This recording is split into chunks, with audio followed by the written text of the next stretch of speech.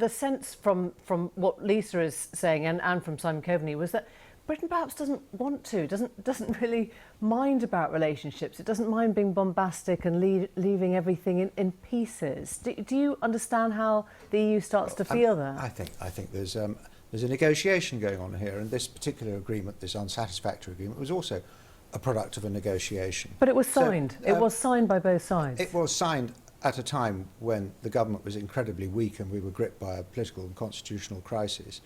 And I think the EU. So go on, just spell that well, out. Just a minute. The EU was taking some advantage of that situation at the time. So you think it was a terrible deal? Well, I personally would have been happy to vote against it. The only reason I voted for it is because there didn't seem to be an alternative.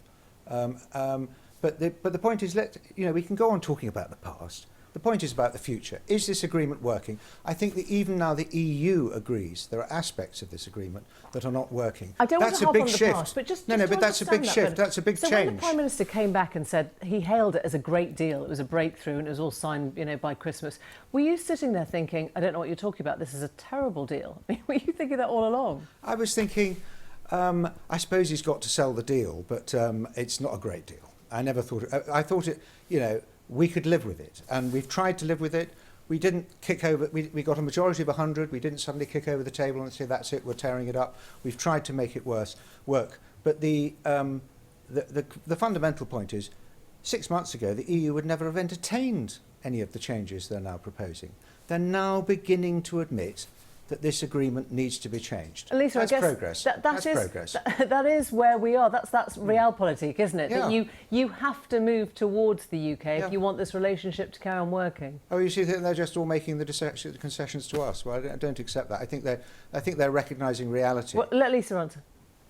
Sorry. Well, look, I mean, the past doesn't matter, the future doesn't matter, and where we are presently is that we do have a deal that was negotiated by the British government.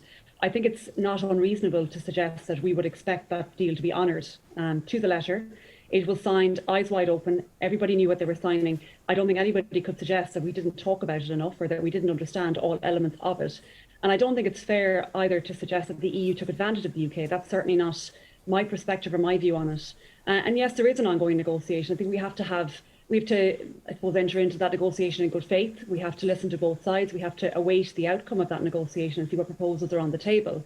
I think preempting that and trying to maybe in some way, create tension to undermine that negotiation would not be helpful. And that's why discussions about Article 16 are really not going to bring any solutions to the table. At the end of the day, the people affected by this are the people in Northern Ireland, the businesses in Northern Ireland. But you don't want Article 16 to be triggered. Do you concede that the UK will probably get what it wants on this one? Well, I would hope that we all want the same thing, that we want to find a solution together, that we want to find a solution that's in the interests of the people of Northern Ireland, the people on the island of Ireland, and the people in the UK as well, and that we can, move forward in a united way. What I don't want to see is any one side taking unilateral action, which will create further tensions, undermine the existing relationship, and make it even more difficult to find a solution. Nobody wins in that scenario. Okay. So we need to get around the table and make this work. That's real politics. Making this work.